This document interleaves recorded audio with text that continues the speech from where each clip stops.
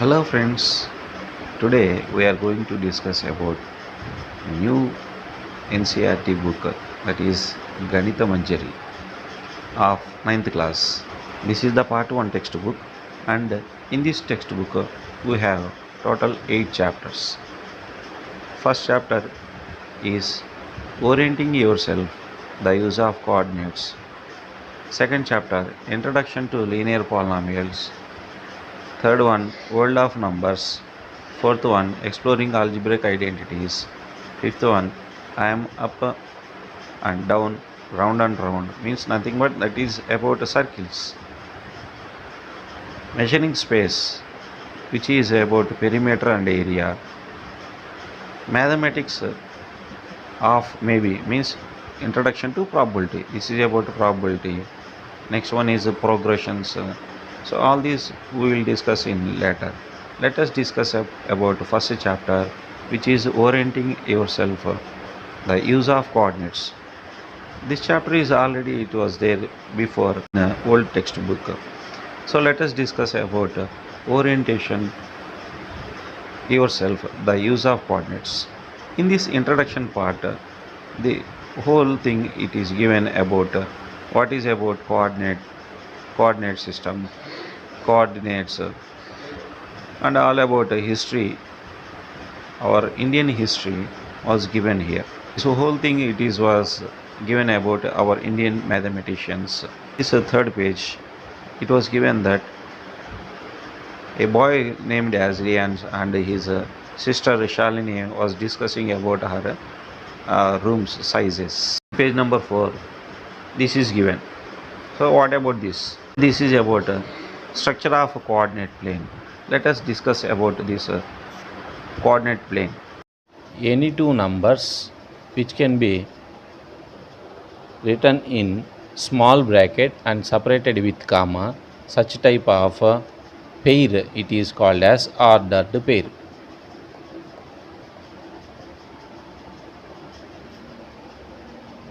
And when this ordered pair is represented in a Cartesian plane, it is called as point. So what is the meaning of Cartesian plane? Let us discuss. When you draw a horizontal line, this horizontal line is called as x-axis and the vertical line is called as y-axis. The intersection point of x-axis and y-axis, it is represented with O, where this O is called as origin, and the angle between these two lines is 90 degrees. Both x-axis and y-axis together it is called as xy plane, or this is also called as Cartesian plane. Why this name is given is in the name of René Descartes. He is a Greek mathematician. Last letters are taken out and it is represented as Cartesian plane. And this xy plane or Cartesian plane is also called as coordinate plane. So let us discuss why this is called as coordinate plane. As I told before, any ordered pair which is represented in this xy plane, it is called as a point. And in this point, the first letter or first element, it is called as first coordinate. First coordinate. And it is represented on x-axis. Therefore, the first coordinate is also called as x coordinate.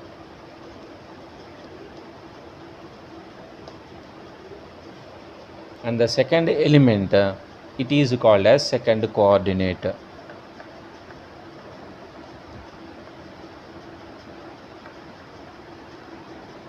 Second coordinate. And it is represented on y-axis. Therefore, this second coordinate is also called as y coordinate. So both together it is called as xy coordinate. So generally it is represented as x comma y. First element is called as x coordinate and second element is called as y coordinate. Both together are called as coordinates, and these are represented in this xy plane. Therefore, this xy plane is also called as coordinate plane. On this x-axis The right side of x-axis are represented with positive numbers. Let us suppose 1, 2, 3, 4, 5, and so on. all these must be with the same unit distance, and the left side to this x-axis are represented with negative integers, which are -1, -2, -3, -4, and so on. the distance between each number should be equal. And above to x-axis, which is up, above to x-axis it is represented with positive numbers. So 1, 2, 3, 4, 5, 6, and so on. to the x-axis of y-axis it is represented with negative numbers, that is negative integers, -1, -2, -3, -4, -5, and so on.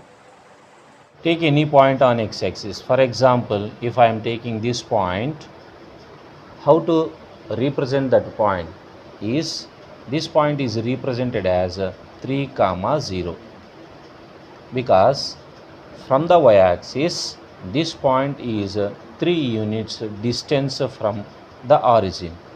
Similarly, if you take this point, it is represented as 4 comma 0, because this point is 4 units from y-axis. Therefore, this is on x-axis. As I told before, the first element is x and the second element is y. Therefore, x value is 4, and what is y value? Here if you observe, y value is 0. Therefore, this point is represented as 4 comma 0. Similarly, represent this point. How to represent this point? What is x value to this point is 1, and what is y value here? If you observe, the y value is 0. Therefore, the point is 1 comma 0. Similarly, if you take this point, how to represent is -2 comma 0. Therefore, on this x-axis, any point, if you observe any point, the value of y is 0, and the x value is depending upon the point. Therefore, the general form of x-axis is x comma 0. We'll take any point on y-axis. Let us suppose this point. What is x value here? What is x value here? If you observe, the x value is 0. What is y value here? 4. Therefore, it is represented as 0 comma 4. What is x value here? It is 0, and y value is 6. In the same way, if you take this point, it is represented as 0 comma -2. This is 0 comma -3. This point 0 comma -4. So similarly, like this, you can represent any point on y-axis where x value is always 0 and y value is depending upon the number. Therefore, from this we can observe that the general form of y-axis is 0 comma y, because the x value of y-axis is always 0. That's why the general form of y-axis is 0 comma y.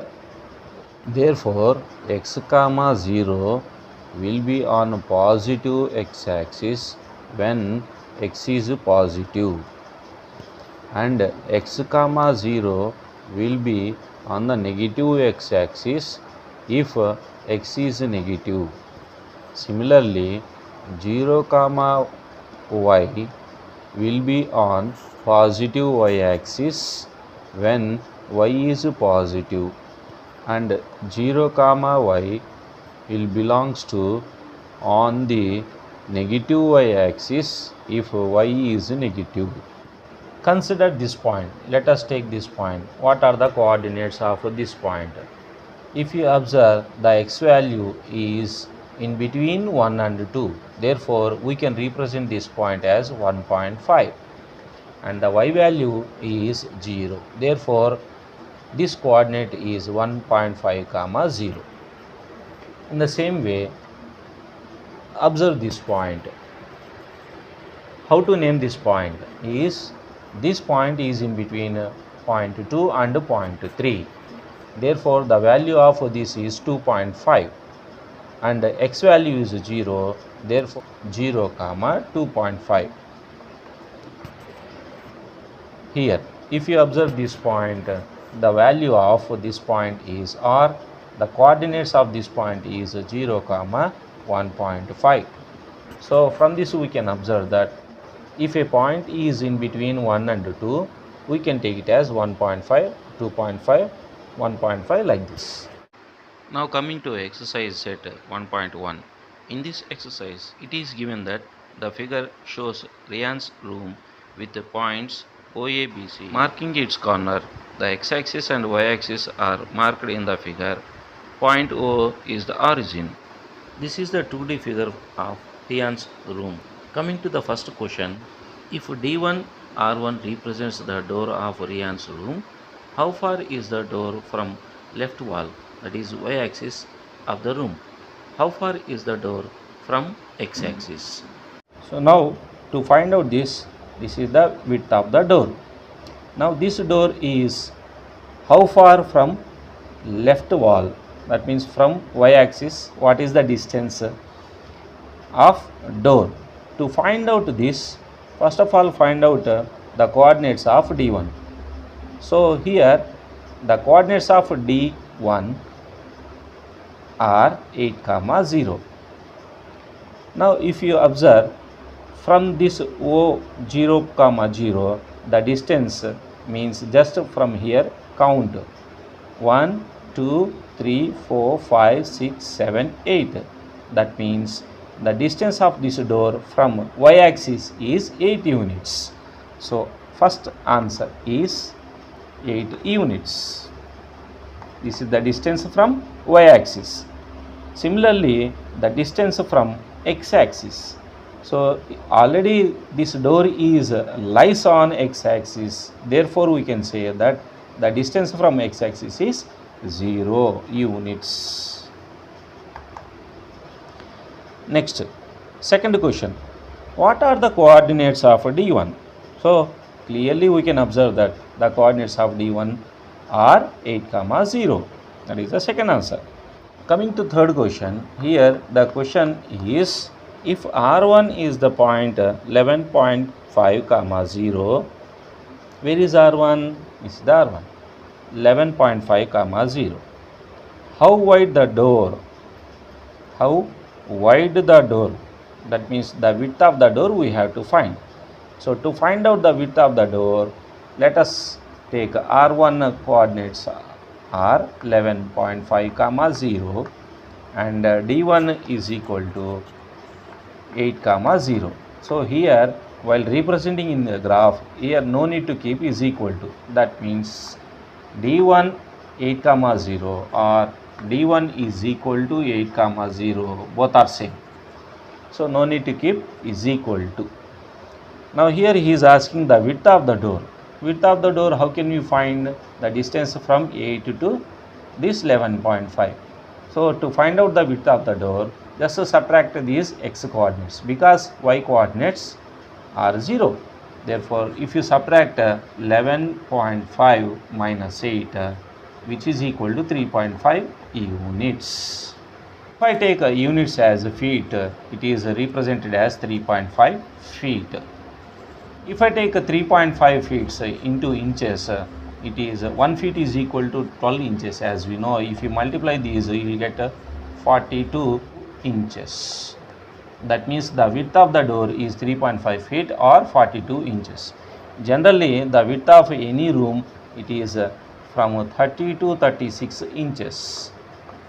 That means the width of this door is very comfortable because this is more than this. Therefore, it is very comfortable. Now again in this question he is asking that if a person is in a wheelchair wants to enter into this room, will it be sufficient or not? So easily from here you can observe that it is 6 inches more. That means from this door any person on a wheelchair can enter this room very easily. Coming to fourth question, he is asking that if b1 0 comma 1.5 means here this is the b1. What are the coordinates of b1? It is 0 comma 1.5. Since it is in between 1 and 2, we can write it as 0 comma 1.5. And b2, the coordinates of b2 are 0 comma 4. Now in this fourth question, he is asking that if b1 0 comma 1.5 and b2 0 comma 4 represents ends of a bathroom door, is the bathroom door narrower or wider than the room door? How to check? First of all, what is the width of this bathroom door? Let us check. So here he is telling b1 0 comma 1.5 and b2 is 0 comma 4. Now what is the width of this? Just subtract these y coordinates. So 4 minus 1.5, which is equal to 2.5 feet. So here the width of the door we got it as 3.5 feet. Now this, when compared to these two, check once. This is narrower than width of the door. Therefore we can say that the bathroom door is narrower. Hope you like this video. Thank you for watching this video. Please like, share and don't forget to subscribe. Thank you.